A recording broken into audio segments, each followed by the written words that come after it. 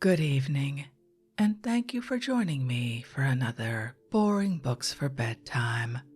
I hope tonight's selection provides all the boredom your busy brain needs to quiet down and let you get some sleep.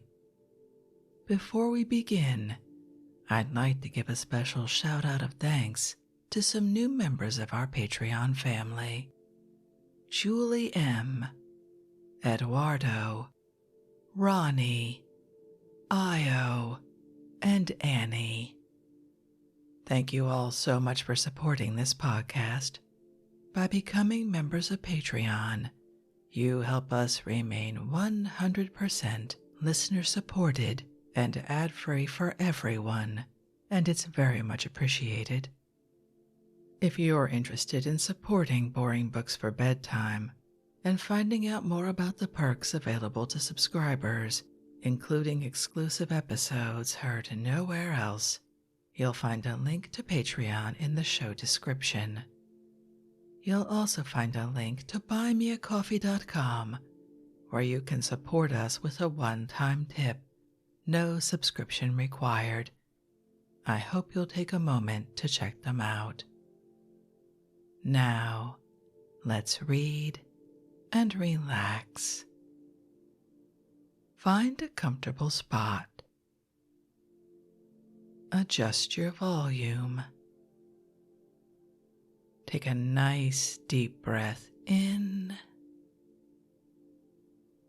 Let it out slowly. And off we go. Tonight, let's kick off a new theme month I'm calling the Wayback Machine, in which we relax with some lovely books that simply fell off the reading list for several years for no good reason at all.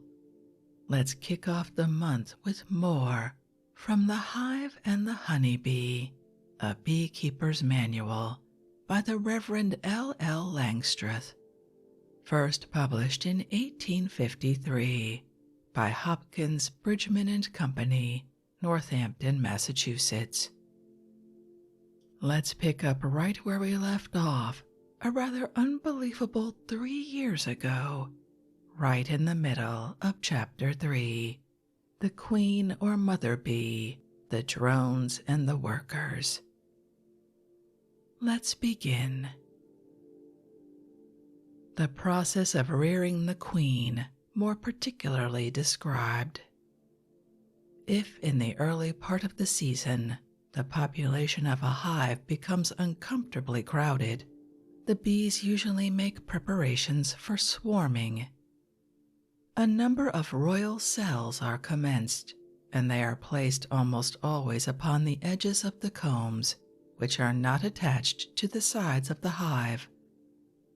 These cells somewhat resemble a small groundnut or peanut, and are about an inch deep, and 1/3 of an inch in diameter.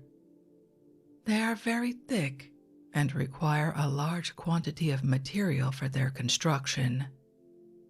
They are seldom seen in a perfect state, as the bees nibbled them away after the queen has hatched, leaving only their remains in the shape of a very small acorn cup.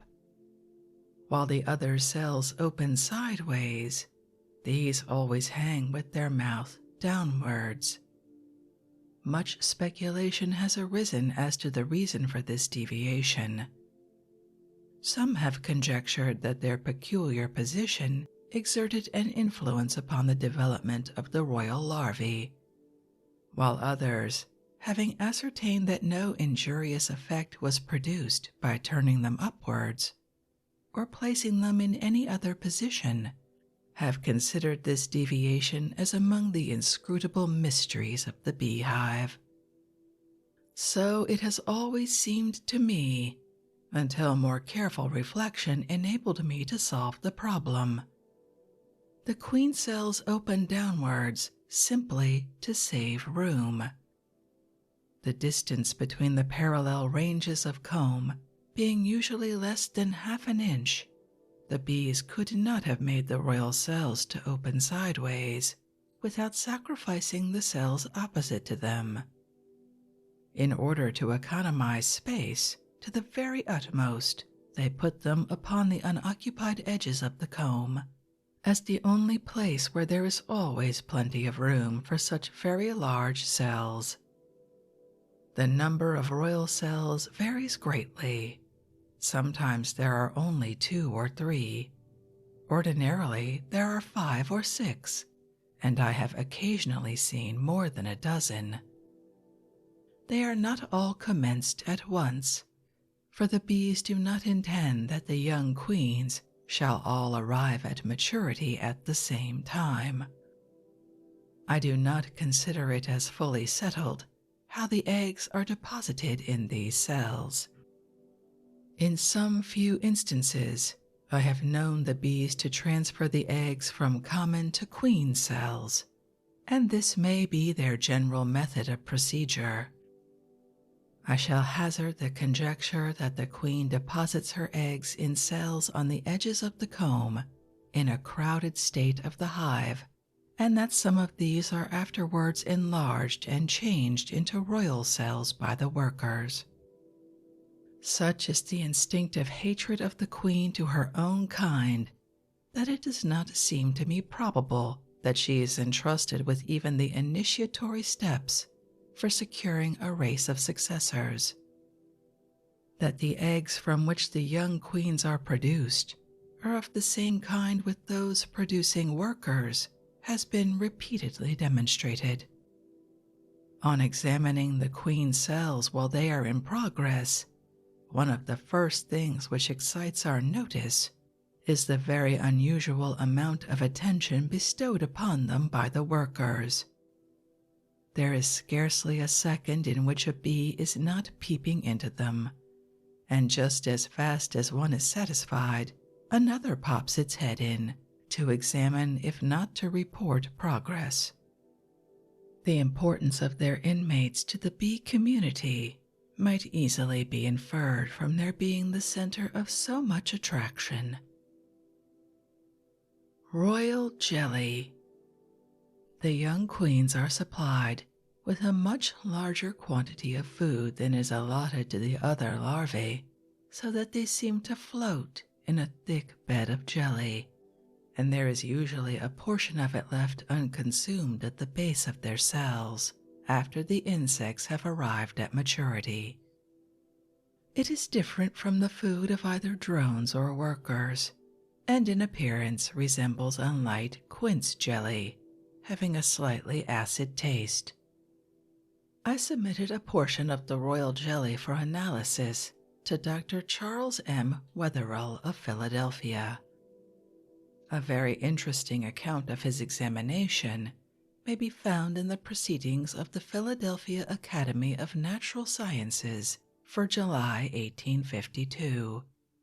He speaks of the substance as truly a bread-containing albuminous compound. I hope in the course of the coming summer to obtain from this able analytical chemist an analysis of the food of the young drones and workers. A comparison of its elements with those of the royal jelly may throw some light on subjects as yet involved in obscurity. The effects produced upon the larvae by this peculiar food and method of treatment are very remarkable. For one, I have never considered it strange that such effects should be rejected as idle whims by nearly all except those who have either been eyewitnesses to them or have been well acquainted with the character and opportunities for accurate observation of those on whose testimony they have received them. They are not only in themselves most marvelously strange, but on the face of them so entirely opposed to all common analogies, and so very improbable, that many men, when asked to believe them, feel almost as though an insult were offered to their common sense. The most important of these effects I shall now proceed to enumerate. First, the peculiar mode in which the worm designed to be reared as a queen is treated causes it to arrive at maturity about 1/3 earlier than if it had been bred a worker, and yet it is to be much more fully developed, and according to ordinary analogy, ought to have had a slower growth. Second, its organs of reproduction are completely developed, so that it is capable of fulfilling the office of a mother. Third, its size, shape, and color are all greatly changed. Its lower jaws are shorter, its head rounder, and its legs have neither brushes nor baskets, while its sting is more curved and 1/3 longer than that of a worker. Fourth, its instincts are entirely changed. Reared as a worker, it would have been ready to thrust out its sting upon the least provocation, whereas now it may be pulled limb from limb without attempting to sting. As a worker, it would have treated a queen with the greatest consideration, whereas now, if placed under a glass with another queen, it rushes forthwith to mortal combat with its rival. As a worker, it would frequently have left the hive, either for labor or exercise. As a queen, after impregnation, it never leaves the hive except to accompany a new swarm. Fifth, the term of its life is remarkably lengthened. As a worker, it would have lived not more than 6 or 7 months at farthest. As a queen, it may live 7 or 8 times as long. All these wonders rest on the impregnable basis of complete demonstration, and instead of being witnessed by only a select few, may now, by the use of my hive, be familiar sights to any beekeeper who prefers to acquaint himself with facts rather than to cavil and sneer at the labors of others. When provision has been made in the manner described for a new race of queens, the old mother always departs with the first swarm before her successors have arrived at maturity. Artificial rearing of queens. The distress of the bees when they lose their queen has already been described. If they have the means of supplying her loss, they soon calm down and commence forthwith the necessary steps for rearing another. The process of rearing queens artificially to meet some special emergency is even more wonderful than the natural one, which has already been described. Its success depends on the bees having worker eggs or worms not more than 3 days old. If older, the larva has been too far developed as a worker to admit of any change.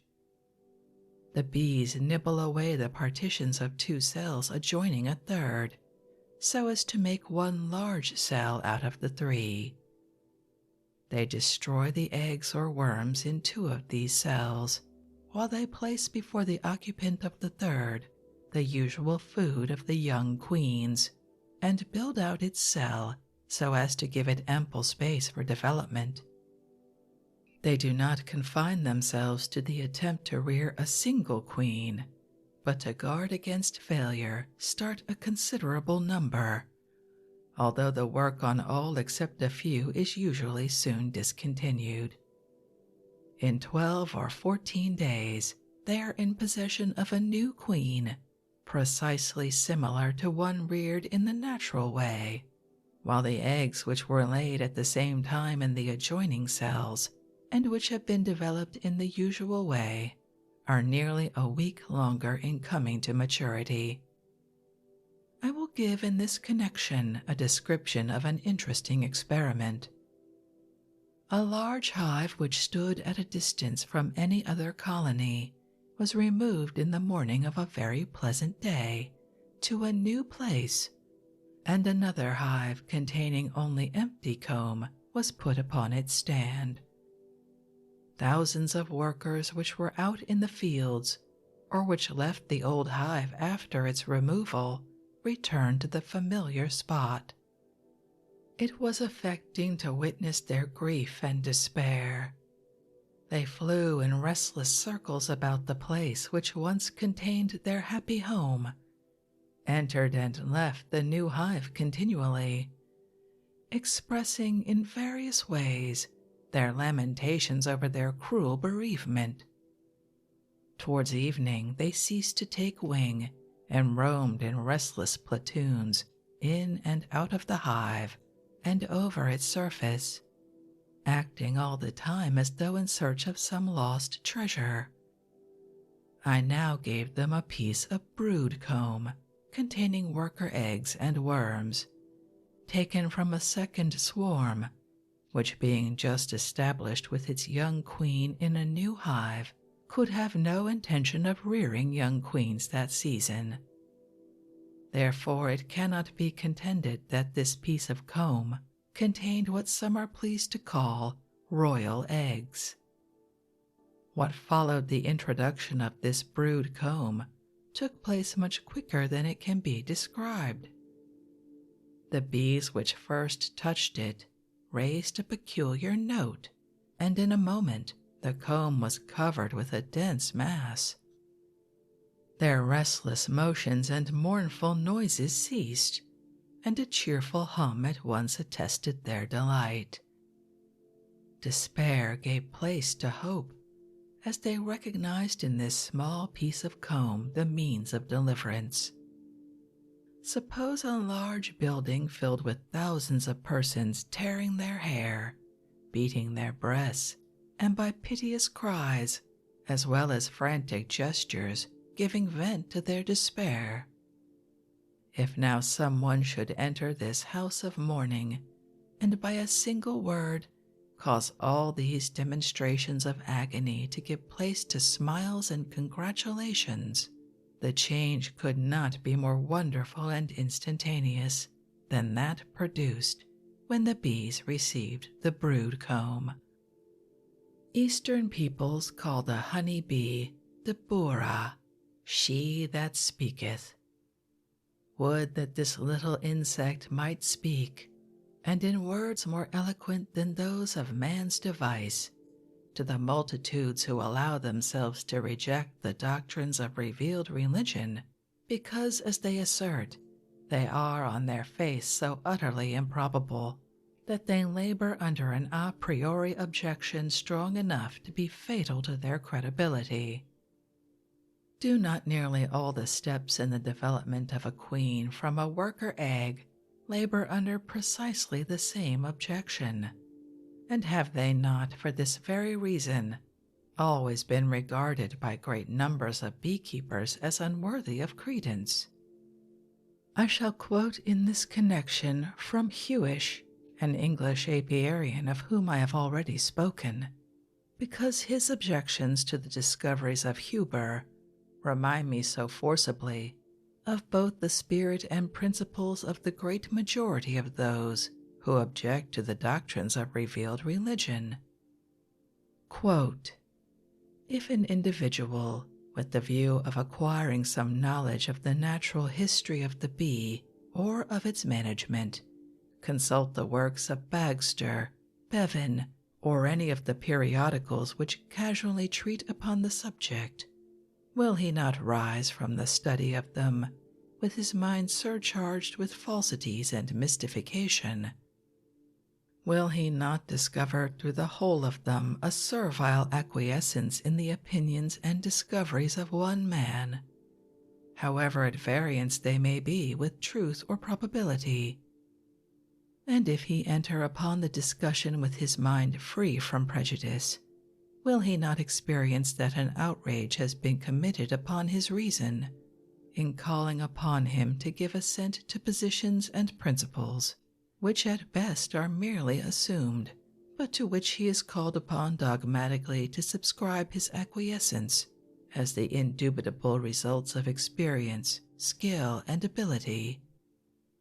The editors of the works above alluded to should boldly and indignantly have declared that from their own experience in the natural economy of the insect, they were able to pronounce the circumstances as related by Huber to be directly impossible, and the whole of them based on fiction and imposition. End quote. Let the reader change only a few words in this extract. For the natural history of the bee or its management, let him write the subject of religion. For the works of Bagster, Bevan, etc., let him put the works of Moses, Paul, etc. For their own experience in the natural economy of the insect, let him substitute their own experience in the nature of man. And for circumstances as related by Huber, let him insert as related by Luke or John, and it will sound almost precisely like a passage from some infidel author. I resume the quotation from Hewish. Quote, "If we examine the account which Huber gives of his invention of the royal jelly, the existence and efficacy of which are fully acquiesced in by the aforesaid editors, to what other conclusions are we necessarily driven than that they are the dupes of a visionary enthusiast whose greatest merit consists in his inventive powers, no matter how destitute those powers may be of all affinity with truth or probability? Before, however, these editors bestowed their unqualified assent on the existence of this royal jelly, did they stop to put to themselves the following questions? By what kind of bee is it made? Whence is it procured? Is it a natural or an elaborated substance? If natural, from what source is it derived? If elaborated, in what stomach of the bee is it to be found? How is it administered? What are its constituent principles? Is its existence optional or definite? Whence does it derive its miraculous power of converting a common egg into a royal one? Will any of the aforesaid editors publicly answer these questions? And ought they not to have been able to answer them before they so unequivocally expressed their belief in its existence, its powers, and administration?" End quote. How puerile does all this sound to one who has seen and tasted the royal jelly. And permit me to add, how equally unmeaning do the objections of infidels seem to those who have an experimental acquaintance with the divine hopes and consolations of the gospel. Chapter 4. Comb. Wax is a natural secretion of the bees. It may be called their oil or fat.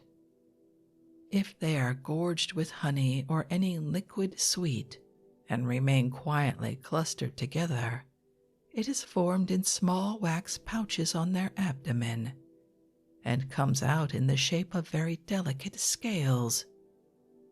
Soon after a swarm is hived, the bottom board will be covered with these scales. Thus filtered through yon flutterer's folded mail, clings the cooled wax and hardens to a scale. Swift at the well-known call, the ready train, for not a buzz boon nature breathes in vain, spring to each falling flake, and bear along their glossy burdens to the builder throng.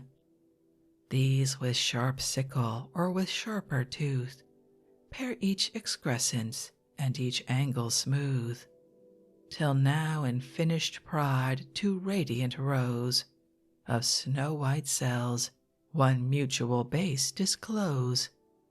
6 shining panels gird each polished round, the door's fine rim with waxen fillet bound, while walls so thin with sister walls combined, weak in themselves, a sure dependence find. Evans. Huber was the first to demonstrate that wax is a natural secretion of the bee, when fed on honey or any saccharine substance. Most apiarians before his time supposed that it was made from pollen or bee bread, either in a crude or digested state. He confined a new swarm of bees in a hive placed in a dark and cool room, and on examining them at the end of 5 days, found several beautiful white combs in their tenement. These were taken from them, and they were again confined and supplied with honey and water, and a second time new combs were constructed.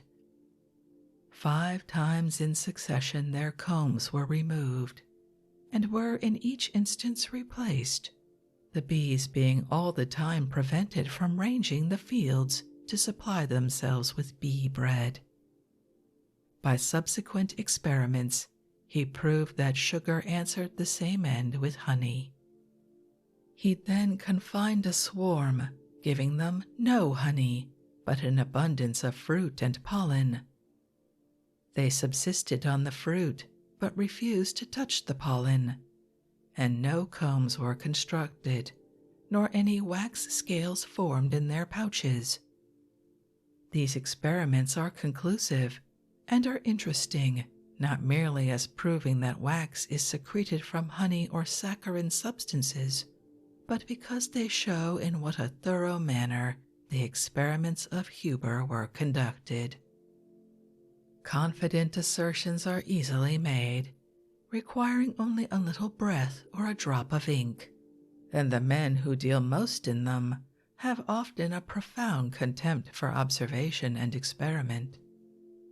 To establish even a simple truth on the solid foundation of demonstrated facts often requires the most patient and protracted toil. A high temperature is necessary for comb building, in order that the wax may be soft enough to be molded into shape. The very process of its secretion helps to furnish the amount of heat which is required to work it. This is a very interesting fact which seems never before to have been noticed. Honey or sugar is found to contain, by weight, about 8 pounds of oxygen to 1 of carbon and hydrogen. When changed into wax, the proportions are entirely reversed. The wax contains only 1 pound of oxygen to more than 16 pounds of hydrogen and carbon.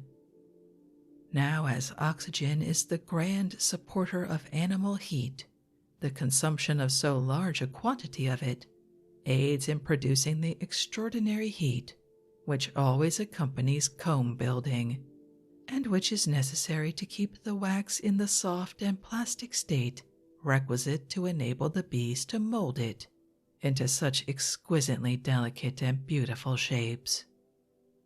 Who can fail to admire the wisdom of the Creator in this beautiful instance of adaptation? The most careful experiments have clearly established the fact that at least 20 pounds of honey are consumed in making a single pound of wax. If any think that this is incredible, let them bear in mind that wax is an animal oil secreted from honey, and let them consider how many pounds of corn or hay they must feed to their stock in order to have them gain a single pound of fat. Many apiarians are entirely ignorant of the great value of empty comb. Suppose the honey to be worth only 15 cents per pound, and the comb, when rendered into wax, to be worth 30 cents per pound. The bee master who melts a pound of comb loses nearly $3 by the operation, and this without estimating the time which the bees have consumed in building the comb. Unfortunately, in the ordinary hives, but little use can be made of empty comb unless it is new and can be put into the surplus honey boxes. But by the use of my movable frames, every piece of good worker comb may be used to the best advantage, as it can be given to the bees to aid them in their labors. It has been found very difficult to preserve comb from the bee moth when it is taken from the bees. If it contains only a few of the eggs of this destroyer, these in due time will produce a progeny sufficient to devour it. The comb, if it is attached to my frames, may be suspended in a box or empty hive and thoroughly smoked with sulfur. This will kill any worms which it may contain. When the weather is warm enough to hatch the eggs of the moth, this process must be repeated a few times at intervals of about a week, so as to ensure the destruction of the worms as they hatch, for the sulfur does not seem always to destroy the vitality of the eggs. The combs may now be kept in a tight box or hive with perfect safety. Combs containing bee bread are of great value, and if given to young colonies, which in spring are frequently destitute of this article, they will materially assist them in early breeding. Honey may be taken from my hives in the frames and the covers of the cells sliced off with a sharp knife. The honey can then be drained out, and the empty combs return to be filled again. A strong stock of bees in the height of the honey harvest will fill empty combs with wonderful rapidity. I lay it down as one of my first principles in bee culture that no good comb should ever be melted. It should all be carefully preserved and given to the bees. If it is new, it may be easily attached to the frames or the honey receptacles by dipping the edge into melted wax, pressing it gently until it stiffens, and then allowing it to cool. If the comb is old, or the pieces large and full of bee bread, it will be best to dip them into melted rosin, which, besides costing much less than wax, will secure a much firmer adhesion. When comb is put into tumblers or other small vessels, the bees will begin to work upon it the sooner if it is simply crowded in, so as to be held in place by being supported against the sides. It would seem as though they were disgusted with such unworkmanlike proceedings, and that they cannot rest until they have taken it into hand and endeavored to make a job of it. If the beekeeper, in using his choicest honey, will be satisfied to dispense with looks and will carefully drain it from the beautiful comb, he may use all such comb again to great advantage, not only saving its intrinsic value, but greatly encouraging his bees to occupy and fill all receptacles in which a portion of it is put. Bees seem to fancy a good start in life about as well as their more intelligent owners. To this use, all suitable drone comb should be put as soon as it is removed from the main hive. See Remarks on Drones. Ingenious efforts have been made of late years to construct artificial honeycombs of porcelain to be used for feeding bees. No one, to my knowledge, has ever attempted to imitate the delicate mechanism of the bee so closely as to construct artificial combs for the ordinary uses of the hive, although for a long time I have entertained the idea as very desirable, and yet as barely possible. I am at present engaged in a course of experiments on this subject, the results of which in due time I shall communicate to the public. While writing this treatise, it has occurred to me that bees might be induced to use old wax for the construction of their combs. Very fine parings may be shaved off with glass, and if given to the bees under favorable circumstances, it seems to me very probable that they would use them, just as they do the scales which are formed in their wax pouches. let strong colonies be deprived of some of their combs after the honey harvest is over and supplied abundantly with these parings of wax. Whether nature abhors a vacuum or not, bees certainly do, when it occurs among the combs of their main hive.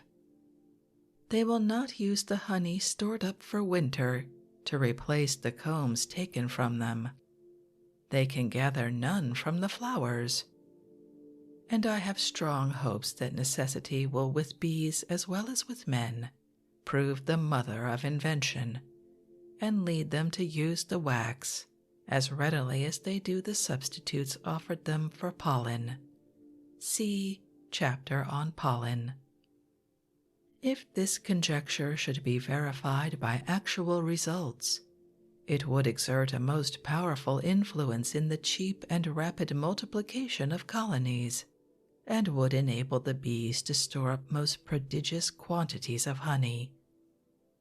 A pound of beeswax might then be made to store up 20 pounds of honey, and the gain to the beekeeper would be the difference in price between the pound of wax and the 20 pounds of honey, which the bees would have consumed in making the same amount of comb. Strong stocks might thus, during the dull season, when no honey can be procured, be most profitably employed in building spare comb, to be used in strengthening feeble stocks, and for a great variety of purposes. Give me the means of cheaply obtaining large amounts of comb, and I have almost found the philosopher's stone in beekeeping. The building of comb is carried on with the greatest activity in the night, while the honey is gathered by day. Thus no time is lost. If the weather is too forbidding to allow the bees to go abroad, the combs are very rapidly constructed, as the labor is carried on both by day and by night. On the return of a fair day, the bees gather unusual quantities of honey, as they have plenty of room for its storage. Thus it often happens that by their wise economy of time, they actually lose nothing, even if confined for several days to their hive. How doth the little busy bee improve each shining hour!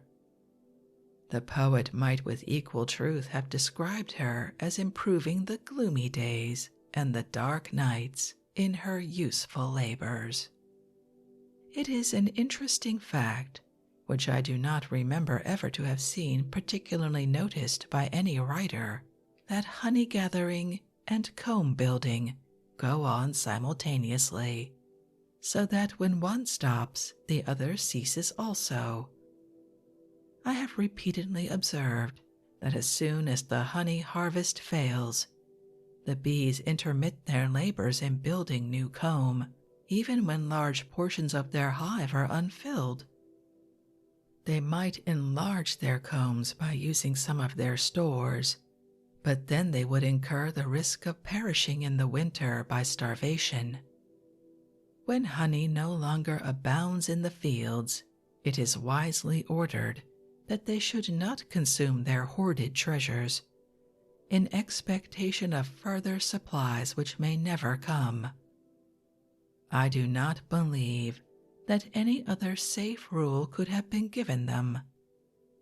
And if honey gathering was our business, with all our boasted reason, we should be obliged to adopt the very same course. Wax is one of the best non-conductors of heat, so that when it is warmed by the animal heat of the bees, it can more easily be worked than if it parted with its heat too readily. By this property, the combs serve also to keep the bees warm, and there is not so much risk of the honey candying in the cells, or the combs cracking with frost. If wax was a good conductor of heat, the combs would often be icy cold, moisture would condense and freeze upon them, and they would fail to answer the ends for which they are intended. The size of the cells in which workers are reared never varies. The same may substantially be said of the drone cells, which are very considerably larger. The cells in which honey is stored often vary exceedingly in depth, while in diameter they are of all sizes from that of the worker cells to that of the drones. The cells of the bees are found perfectly to answer all the most refined conditions of a very intricate mathematical problem. Let it be required to find what shape a given quantity of matter must take in order to have the greatest capacity and the greatest strength, requiring at the same time the least space and the least labor in its construction. This problem has been solved by the most refined processes of the higher mathematics, and the result is the hexagonal or six-sided cell of the honeybee, with its 3 four-sided figures at the base. The shape of these figures cannot be altered ever so little except for the worse. Besides possessing the desirable qualities already described, they answer as nurseries for the rearing of the young, and as small airtight vessels in which the honey is preserved from souring or candying. Every prudent housewife who puts up her preserves in tumblers or small glass jars and carefully pastes them over to keep out the air will understand the value of such an arrangement. There are only 3 possible figures of the cells, says Dr. Reed, which can make them all equal and similar, without any useless spaces between them. These are the equilateral triangle, the square, and the regular hexagon. It is well known to mathematicians that there is not a 4th way possible, in which a plane may be cut into little spaces that shall be equal, similar, and regular, without leaving any interstices. An equilateral triangle would have made an uncomfortable tenement for an insect with a round body, and a square would not have been much better. At first sight, a circle would seem to be the best shape for the development of the larvae. But such a figure would have caused a needless sacrifice of space, materials, and strength, while the honey which now adheres so admirably to the many angles or corners of the 6-sided cell would have been much more liable to run out. I will venture to assign a new reason for the hexagonal form. The body of the immature insect, as it undergoes its changes, is charged with a superabundance of moisture, which passes off through the reticulated cover which the bees build over its cell.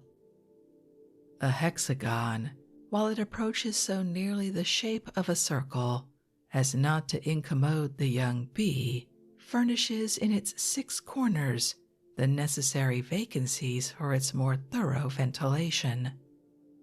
So invariably uniform in size, as well as perfect in other respects, are the cells in which the workers are bred, that some mathematicians have proposed their adoption as the best unit for measures of capacity to serve for universal use.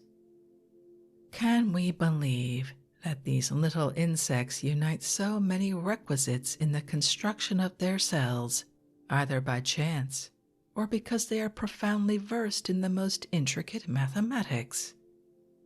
Are we not compelled to acknowledge that the mathematics must be referred to the Creator and not to his puny creature? To an intelligent, candid mind, a piece of honeycomb is a complete demonstration that there is a great first cause, for on no other supposition can we account for so complicated a shape, and yet the only one which can possibly unite so many desirable requisites. On books deep poring, ye pale sons of toil, who waste in studious trance the midnight oil, say, Can ye emulate with all your rules, drawn or from Grecian or from Gothic schools, this artless frame? Instinct her simple guide, a heaven-taught insect baffles all your pride. Not all yon marshalled orbs that ride so high proclaim more loud a present deity than the nice symmetry of these small cells, whereon each angle genuine science dwells. Evans.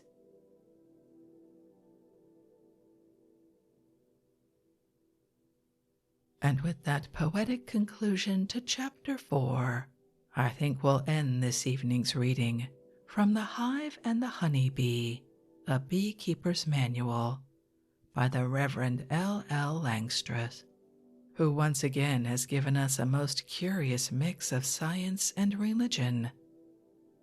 I don't know if this book ever brought anyone to the church, but it certainly did revolutionize beekeeping, and for that, I suppose we can thank him. I hope you enjoyed that.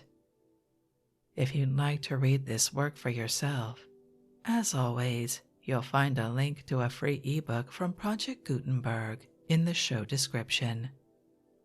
If you'd like to connect, suggest a boring book you'd like to hear read, or request more from one we've already started, you can drop me an email via our website, www.boringbookspod.com. It's always a pleasure to hear from you. Thank you so much for joining me for this evening's reading. Until our next boring book, good night.